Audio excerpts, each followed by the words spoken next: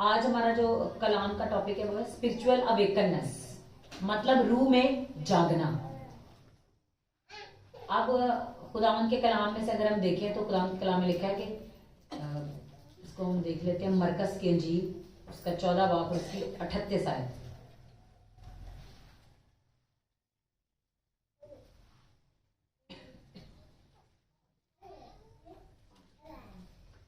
लिखा है, जागो और दुआ करो ताकि आजमाइश में ना पड़ो। रूह तो मुस्तैद है मगर जिस्म कमजोर है।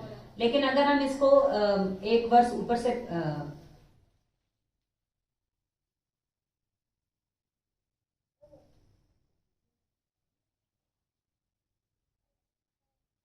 इसको हम थोड़ा सा ऊपर से पढ़ते हैं, इसकी 32 आयत से। फिर वो एक जगह आए जहां जिसका नाम गतसमनी था, और उसने अपने शागिर्दों से कहा, यहां बैठे रहो जब तक मैं दुआ करूं।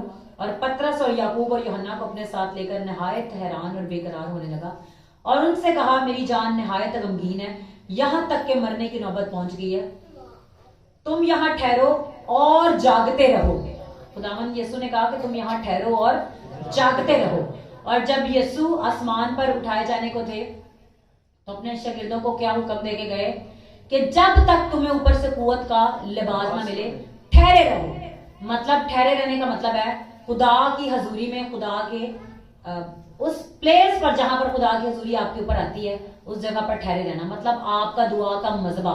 और यहाँ पर भी हम जो पढ़ रहे हैं, तुम यहाँ ठहरो और जागते रहो। क्यों जागो और दुआ करो ताकि आजमाइश में ना पड़ो। अब आजमाइश में पड़ना क्या चीज है, हमने इस चीज को सीखना है कि आप देखिए, अगर आप जागेंगे, आप दुआ में होंगे, दुश्मन आप पर गालिब नहीं आ पाएगा। मतलब आप देखिए, खुदा के कलाम में है कि जब तक एक नौकर जागता रहता है वो अपने घर पर किसी चोर को नकब नहीं लगाने देता। मतलब उसको ये मौका नहीं मिलता उसके जागने की वजह से कि कोई चोर आए और उसके घर में आकर चुराए। अब हम देखेंगे ये चीज है क्या।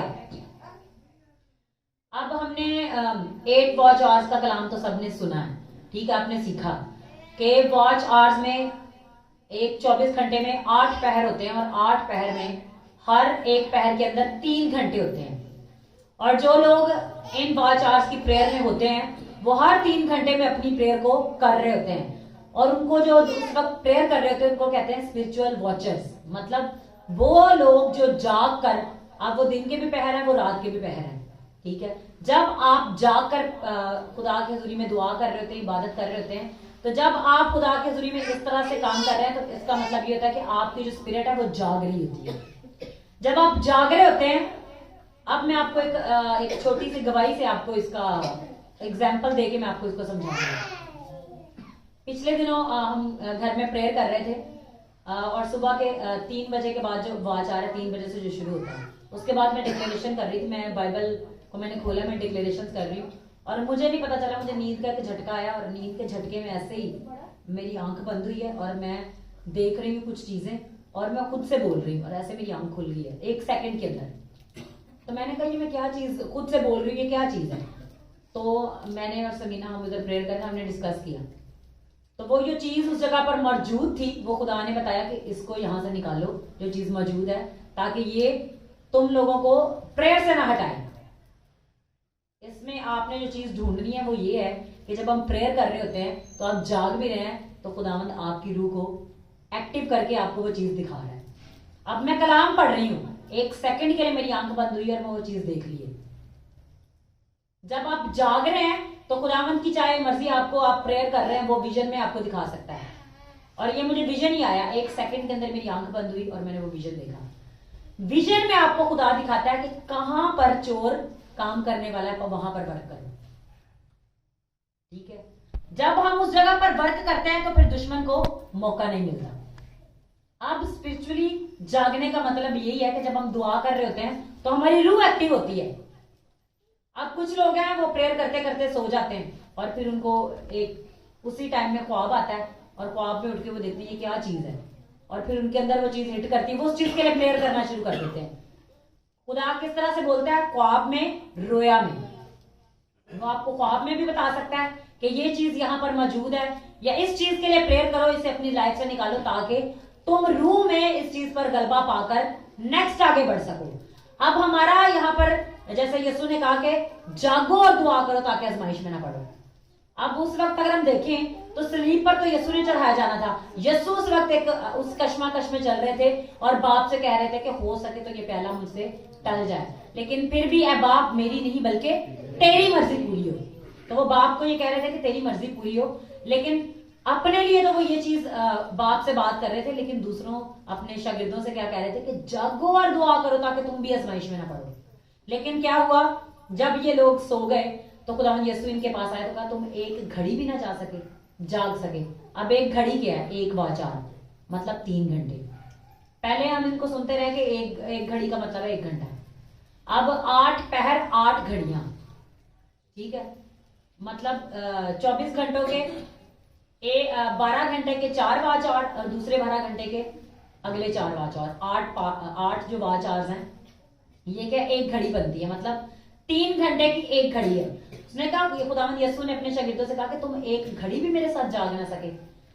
तो ये जाग ना सके तो फिर क्या हुआ इनके साथ। पतरस ने जब उस वहां पर बरामदा में मौजूद था, वहां पर आग सेक रहा था, तो क्या हुआ, उस लौंडी ने कहा कि ये भी उसके शागिर्दों में से है, और उसने उसी वक्त इनकार किया कि मैं इस शख्स को जानता नहीं, मेरी इससे वाकफियत नहीं। तो यीशु ने उसे पहले क्या कहा था कि जागो और दुआ करो ताकि तुम आजमाइश में ना पड़ो। अगर वो जागता तो वो इस आजमाइश में ना पड़ता। हर चीज हमें पहले से खुदावंद बताता है। अब खुदावंद के कलाम में यह है कि खुदावंद कोई भी चीज नहीं करता जब तक वो उसे अपने नबियों पर अयान ना कर दे, मतलब उसे खोल ना दे। अगर आपके घर में आप प्रेयर करने वाले हैं तो आपके घर में कोई भी चीज होने वाली है तो वो खुदा आपको बताएगा। जो उस घर में प्रेयर करने वाला है उस पर वो चीज खुल जाएगी कि इस घर में ये चीज होने वाली है। दुश्मन ने अभी वो प्लान अपना पूरा भी नहीं किया होता, लेकिन खुदावंद वो अपने लोगों पर खोल देता है। और जो लोग जाग रहे होते हैं, जो प्रेयर कर रहे होते हैं, उनके ऊपर वो चीज खुल जाती है, उनके ऊपर वो चीज एक्सपोज हो जाती है। और फिर क्या होता है, अब एक और चीज मैं आपको जो सिखाऊंगी वो ये है कि कुछ लोगों को ख्वाब आते हैं, वो जाते हैं, मैं किसी से पूछूं ख्वाब का कोई मुझे मतलब बताए, मुझे रोया का मतलब बताए।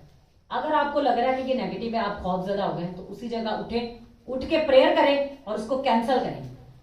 जिस बंदे को ये ख्वाब आया है, जिस बंदे को ये विजन आया, उसके पास पूरी अथॉरिटी है उसे कैंसिल करने की। और जब आप उसे पूरा कैंसिल कर देंगे, वो चीज आपके ऊपर वर्क नहीं कर पाएगी।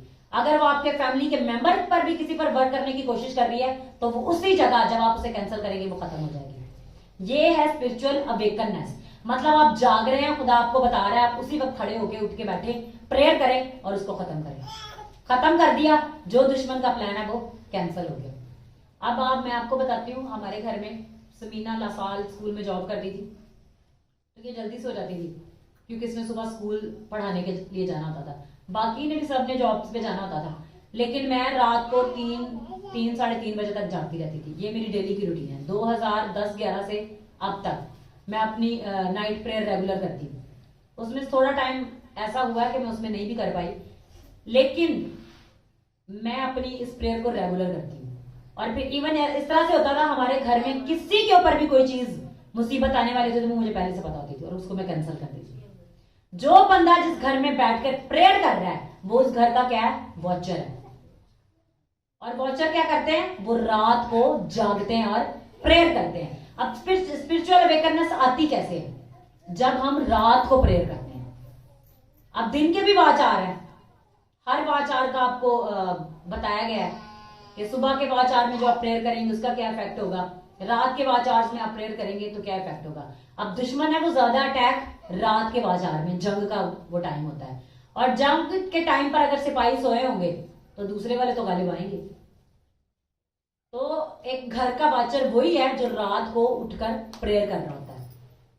कोई भी जंग हो, आपको दुनिया जहान का नॉलेज हो, आपके पास सब कुछ हो, लेकिन आपके अंदर उस एक वॉचर स्पिरिट नहीं है अपनी फैमिली के लिए। अगर आप प्रेयर करने वाले हैं तो दुश्मन तो आपके घर पे गालिब रहेगा, दुश्मन आपकी लाइफ पे गालिब रहेगा, वो आपके फाइनेंसेस पे गालिब रहेगा, वो आपकी प्रेयर लाइफ पे गालिब रहेगा, वो आपकी स्टडी पे, आपकी जॉब पे, आपकी हर एक चीज पर गालिब रहेगा। और आप ऐसे हाथ बांधे बैठे कुछ भी नहीं कर पाएंगे और वो कामयाब होता रहेगा। लेकिन जो स्पिरिचुअल वॉचर्स हैं वो क्या, वो जाग कर अपने घराने के लिए प्रेयर करते हैं।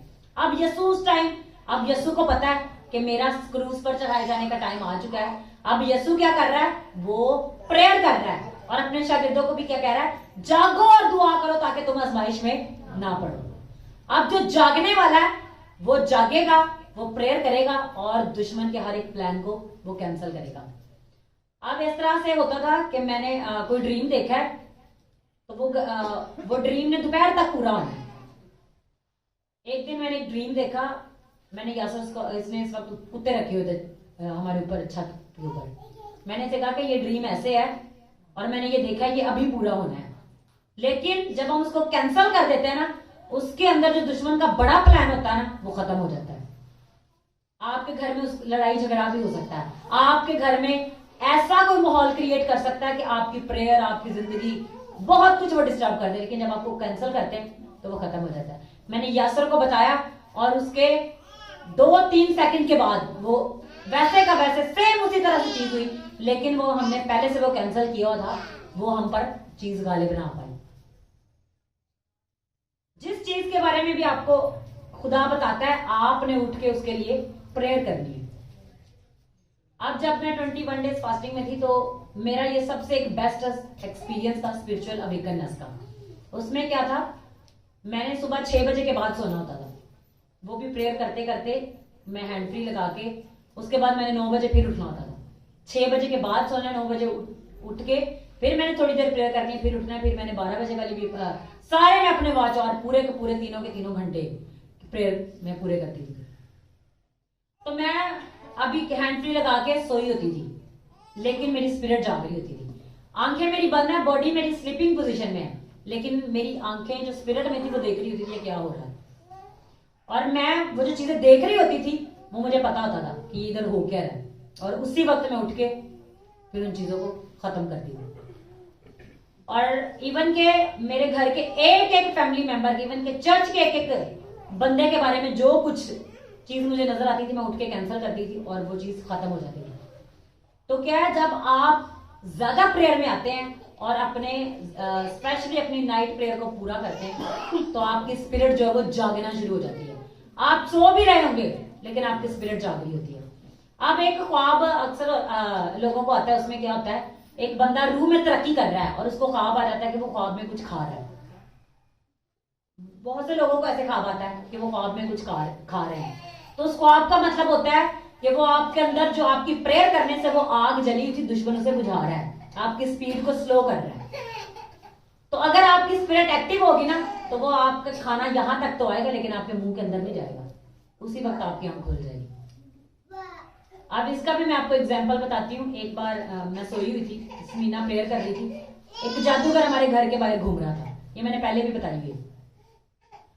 और वो जो प्रेयर अपनी वो कर रहा था, अपना जो भी वो जंतर मंतर वो कर रहा था, मैंने देखा एक हाथ आया और वो बस मेरे यहां तक आया। उसने मुझे अभी ऐसे मेरे ऊपर आने ही वाला था, मेरी आंख खुल गई और मैंने देखा मेरी बॉडी पे पूरी नेगेटिविटी छाई हुई। मैंने इससे पूछा कि ये आवाज मुझे ही आ रही है कि तुम्हें भी आ रही है? इसने कहा मुझे भी आ रही है। कहती है तो 12 बजे से शुरू है। मैंने कहा कोई नहीं। और रात के 2:30 बजे मैंने उठ के मैंने 10 से 15 मिनट प्रेयर की है। वो डरता और कांपता हुआ वहां से भाग गया, क्योंकि मैं बेशक मैं सोई हूं लेकिन मेरी स्पिरिट जाग रही है। हम उस वक्त मेडिटेशन करते थे। मेडिटेशन में ये होता था कि ये जाके मेडिटेशन कर लेती थी। मेरे मेडिटेशन करते करते उसमें मैं नींद में चली जाती थी और मुझे ख्वाब में वो चीजें मुझ पर एक्सपोज होती थी। तो जब आपको एक चीज पता चल गई है, आपकी स्पिरिट अवेकननेस में आ चुकी है, तो क्या होगा, वो हाथ आपके ऊपर तक आएगा जरूर लेकिन आपको पकड़ नहीं पाएगा। ये है स्पिरिचुअल अवेकननेस। तो ये चीज हम सब ने अपने फैमिली के लिए, अपनी स्पिरिचुअल लाइफ की हमें ये लेनी है ताकि दुश्मन हमें गिरा ना पाए, कभी हम पे वो कामयाब ना होने पाए। आप रूह में तरक्की कर रहे हैं लेकिन दुश्मन आए, चोर आए, वो चुराए आपके घर में से, आपके घर वालों को नुकसान पहुंचा और चला जाए और आप प्रेयर करने के बावजूद भी उसी तरह हो तो कोई फायदा नहीं है। तो स्पिरिचुअल अवेकननेस जो है वो हमारी जिंदगी के लिए बहुत ही ज्यादा जरूरी है। लेकिन अगर वो हमारी जिंदगी में नहीं है तो हम कामयाब नहीं है। अब इसका मैं आपको यस्सु की एक बेस्ट एग्जांपल बताती हूँ। अब एक औरत जो 12 बरस से जिसके खून बहता था, उसने क्या कहा, मैं जाकर यीशु का पल्ला ही छू लूंगी तो मैं शिफा पाऊंगा। अब यीशु गुजर रहे हैं, अब एक औरत ने पीछे से आकर हाथ लगाया, तो यीशु ने वहां पर क्या बोला, ये है जी मरकस उसका 5 बाब और उसकी 30 आयत में लिखा, यीशु ने फिर फौर अपने में मालूम करके कि मुझ में से कुव्वत निकली और उस भीड़ में पीछे मुड़कर कहा, किसने मेरी पोशाक छुई। अब आप चल रहे हो, कोई आपके दुपट्टे को पीछे छुए, आपको पता चलेगा? तो यीशु क्या, यीशु रूह में जाग रहे थे, तो यीशु को फील हुआ कि मेरी बॉडी में पावर को किसी ने हिट किया है और वो पावर मेरे अंदर से निकली है, शिफा देने वाली कुव्वत यीशु के अंदर से निकली है, और वो औरत उसी वक्त हील हो गई है। आप देखें, जो शख्स प्रेयर कर रहा है उसकी कुव्वत कहां है? उसके अंदर है। यीशु की कुव्वत कहां थी? यीशु के अंदर थी। अब एक औरत ने ईमान ही से यीशु को छू लिया है, ईमान औरत का है, लेकिन कुव्वत किसकी यूज हुई है? यीशु की, और वो कुव्वत यीशु के अंदर से निकली है और वो औरत शिफा पा गई है। अगर यीशु स्पिरिचुअली ना जाग रहे होते, कुव्वत भी निकल जाती थी, यीशु को क्या पता लगता? और कभी भी वो औरत ने भी नहीं बताना था, वो भी चली जाती, वो शिफा भी ले जाती, ना कभी ये मौजूदा सामने आता और ना कभी यीशु को कोई यीशु कहता कि यीशु को पता चलता है। ये बेस्ट एग्जांपल हम कहां से सीखते हैं? यीशु से, कि उसने यीशु की पोशाक छुई और यीशु ने कहा कि किसने मुझे छुआ है, क्योंकि कुव्वत मेरे अंदर से निकली है।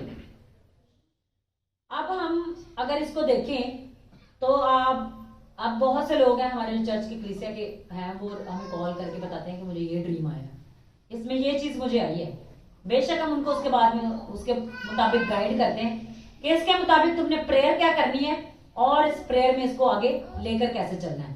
कुछ ड्रीम्स होते हैं उसमें आपको रोजा रखना पड़ता है कि वो ड्रीम आपकी लाइफ से, जो दुश्मन ने स्पिरिचुअल रेलम में प्लान बनाया, वो कैंसिल हो।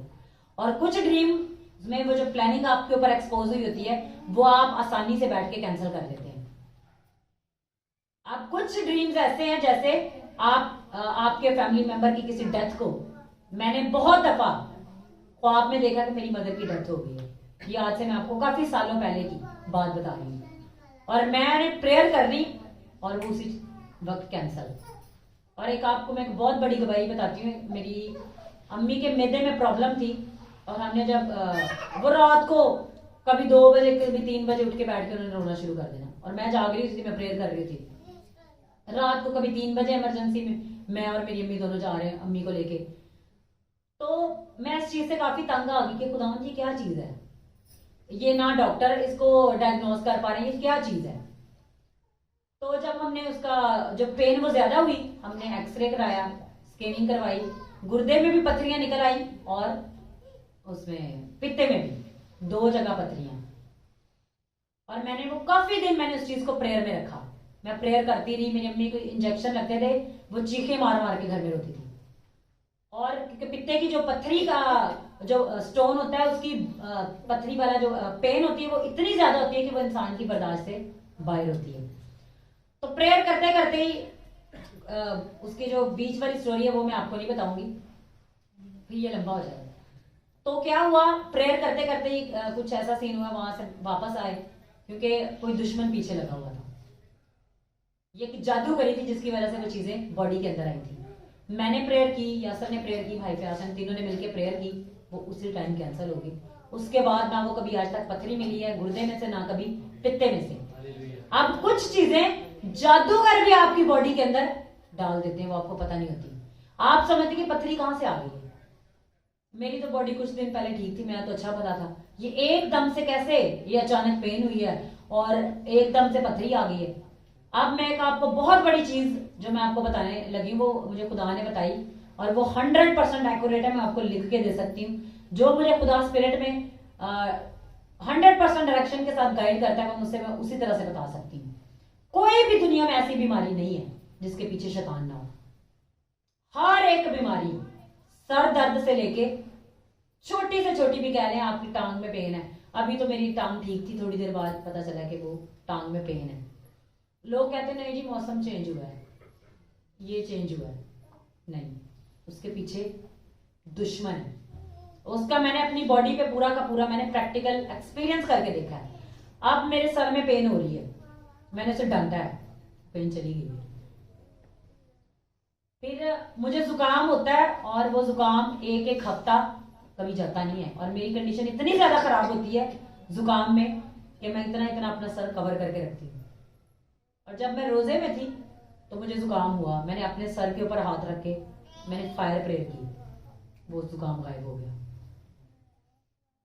और फिर इस चीज में जब मैं ज्यादा होने लगी तो खुदा ने मुझे इस चीज का एग्जैक्ट मतलब बताया कि हर एक चीज के पीछे शैतान है। इसकी भी मैं आपको एग्जांपल देखती हूँ। जब आदम और हवा बाग में थे, कौन सी बीमारी में वो गिरफ्तार थे? कोई एक बीमारी कोई बता दे। आदम और हवा जब बाग में थे, कौन कौन सी बीमारियां थी उनके अंदर? खुदा ने कोई बीमारी डाली थी? कोई भी बीमारी नहीं थी। वो बीमारियां कैसे आई? जब उन्होंने गुनाह किया तो दुश्मन को मौका मिला उनके बॉडी के अंदर एंट्री करने का। मतलब जब हमारे अंदर गुनाह आता है तो दुश्मन को मौका मिलता है हमारी बॉडी के अंदर एंट्री करने का। और हमसे गुनाह कराता कौन है? शैतान। क्योंकि हवा से किसने गुनाह कराया था? शैतान ने, सांप बन के उसको आगे फल खिलाया। तो हमारे अंदर ये जो गुनाह आता है उसकी प्लानिंग पहले स्पिरिचुअल realm में होती है। मतलब अगर वो आज दोपहर को हमारे अंदर ये काम होना है तो शैतान ने वो रात को बैठ के प्लान बनाया था, उसने प्लान बनाया था। लेकिन हमारा यह हवा खुदा कैसा है, वो हमें हमारे उठने से पहले वो प्लान बता देता है। और जब वो प्लान हमें बता देता है और हम उठ के बैठ के उसके खिलाफ प्रेयर करते हैं, उसे कैंसिल करते हैं और वो खत्म हो जाता है। उसने प्लान बनाया है कि मैंने इसको कैंसर लगाना है। आप जितनी मर्जी कोशिश करते हैं वो कैंसर नहीं होगा जब तक आप उस प्रेयर में बैठ के उसके लिए फाइट नहीं करेंगे। अब कुछ प्रॉब्लम्स ऐसी हैं, वो ये नहीं कि वो आज ही पूरी हो जाएंगी। मेरे कुछ ख्वाब ऐसे होते थे वो उन्होंने पूरे 1 महीने के बाद जाके उन्होंने एक्सपोज होना होता था। और कुछ ख्वाब ऐसे होते थे वो 6 महीने पहले आए थे तो 6 महीने के बाद उन्होंने जाके पूरा होना था। एक चीज आपको पता चल गई है, आपने उसके खिलाफ प्रेयर करनी ही करनी है। आपको पता है ये चीज नेगेटिव है। अगर आपको ख्वाब में कोई छिपकली नजर आती है तो इसका मतलब है बीमारी आप पे अटैक करने वाली है। मैंने एक बार एक छिपकली देखी कि हमारे स्टोर रूम के ऊपर है और मैं वहां से गुजर रही हूँ, उसने मेरे ऊपर छलांग मार दी। मैंने उसको अच्छी तरह से कैंसिल किया। अब मैं वहां पे मैंने सीढ़ी लगाई स्टोर रूम के ऊपर, मैं ऊपर चढ़ी हूँ, मैं स्टोर रूम के ऊपर वाली सीढ़ी से गिरी हूँ, लेकिन मुझे कुछ भी नहीं हुआ। क्यों? क्योंकि वो ख्वाब मुझे पहले से आ चुका था। सेम मेरे साथ वैसे ही हुआ, लेकिन मुझे कोई नुकसान नहीं हुआ। वो होगा जरूर, लेकिन आप पे वो असर नहीं कर पाएगा। और जब हम स्पिरिचुअली अवेक ही नहीं होंगे, हम जाग ही नहीं रहे होंगे रूह में, तो हमें पता कैसे चलेगा? तो हमारे लिए ये बहुत ज्यादा इंपॉर्टेंट चीज है कि हमें रूह में दुआ करनी है और रूह में जागना है। जागना ये नहीं है कि हम सोए ना, सोना है हमने। मैं ये भी बता रही हूँ कि हम सोते भी हैं। जब हम सोते हैं तो ही हमें ख्वाब आते हैं। अब खुदावंद के खादम अपोस्तल अंकुर वो बताते हैं कि जो खुदा के लोग हैं वो जागते इसलिए हैं ताकि वो ख्वाब में खुदा से मुलाकात करें। वो जब प्रेयर कर रहे होते हैं तो वो रोया में खुदा को विजन में देख रहे होते हैं। वो खुदा उनसे बातें कर रहा होता है, खुदा उन्हें आने वाली चीजों की डायरेक्शन दे रहा होता है। अब जो हमारी दिसंबर में 27 को मीटिंग हुई है, जितनी भी प्रोफेसीज हुई है उनमें से काफी सारी पूरी हो चुकी है। और मैं खुद हैरान हूं, इतनी एग्जैक्ट प्रोफेसीज उस दिन हुई कि वो अभी 2 महीने पूरे भी नहीं गुजरे, अभी 27 नहीं आई, वो प्रोफेसीज पूरी हो चुकी है। जो चीज खुदा आपको डायरेक्शन देता है अपनी हजूरी के अंदर, जब आप उसे उसी तरह फॉलो करते हैं तो खुदा उसके पीछे बैकअप करता है, खुद खड़ा होता है और वो उस चीज को पूरा करता है। लेकिन अगर हम दुआ ही नहीं करेंगे और हम इस चीज पर आशा लगाएंगे हम जी किसी के पास जाएंगे वो हमारे लिए प्रेयर कर देंगे, वो प्रेयर कर देंगे, उस चीज का इफेक्ट उस वक्त तो कैंसिल हो जाएगा। लेकिन जब आप खुद ही कोशिश नहीं कर रहे होंगे तो बार बार वो चीज आपके सामने नहीं आएगी। जब आप उसके खिलाफ खड़े होंगे तभी वो चीज आपके ऊपर एक्सपोज होती चली जाएगी और दुश्मन आपके ऊपर गलबा नहीं पा पाएगा।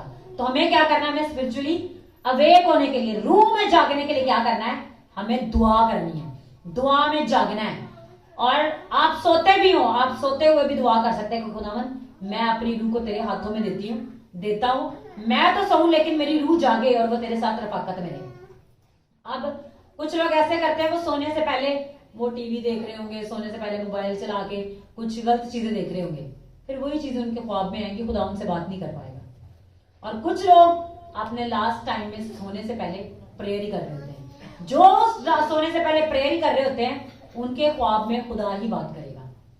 लेकिन जो रूह में नहीं जाग रहे, प्रेयर नहीं कर रहे, ना उनकी प्रेयर है, ना उनकी खुदा के साथ रफाकत है, ना उनकी बाइबल स्टडी है, ना उनकी फास्टिंग है, फिर वो आसानी से दुश्मन का शिकार हो जाएंगे। तो हमारी जो सबसे जो इंपॉर्टेंट चीज है एक कलीसिया के अंदर, एक फैमिली के अंदर और एक पर्सनल लाइफ के अंदर, वो है रूह में जागना। अगर आप अपने लिए रूह में जाग रहे हैं तो खुदा आपको आपके घराने का मूसा बना देगा। जब आपको मूसा बनाएगा तो ही आप मिस्र से अपने घराने को निकाल पाएंगे। और अगर आप अपने घराने को मिस्र से निकाल पाएंगे तो फिर आप दूसरों को भी निकालने के काबिल हो जाएंगे। जो अपने ही घराने को नहीं निकाल सकता वो किसी और के घराने की आजादी भी नहीं करा सकता। ठीक है, तो सबसे पहले क्या करना है, हमें अपने लिए प्रेयर करनी है, अपनी फैमिली के लिए जागना है। अब यस्सु क्या उस वक्त अपने लिए अकेले ही प्रेयर कर रहे थे? यस्सु तो खुदा से कह रहे थे कि जिन्हें तूने मुझे दिया है मैंने तो उनमें से एक भी नहीं खोया, मैंने उनकी हिफाजत की है। अब मैं बाप तेरे पास आता हूं, मैं जाता हूं यहां से, तू इनकी हिफाजत कर ताकि शरीर इनको गुमराह ना करने पाए। यीशु तो अपने साथ वालों के लिए भी, अपने शागिर्दों के लिए भी, जितने पीछे छोड़ के जा रहे हैं उनके लिए भी प्रेयर करते हैं।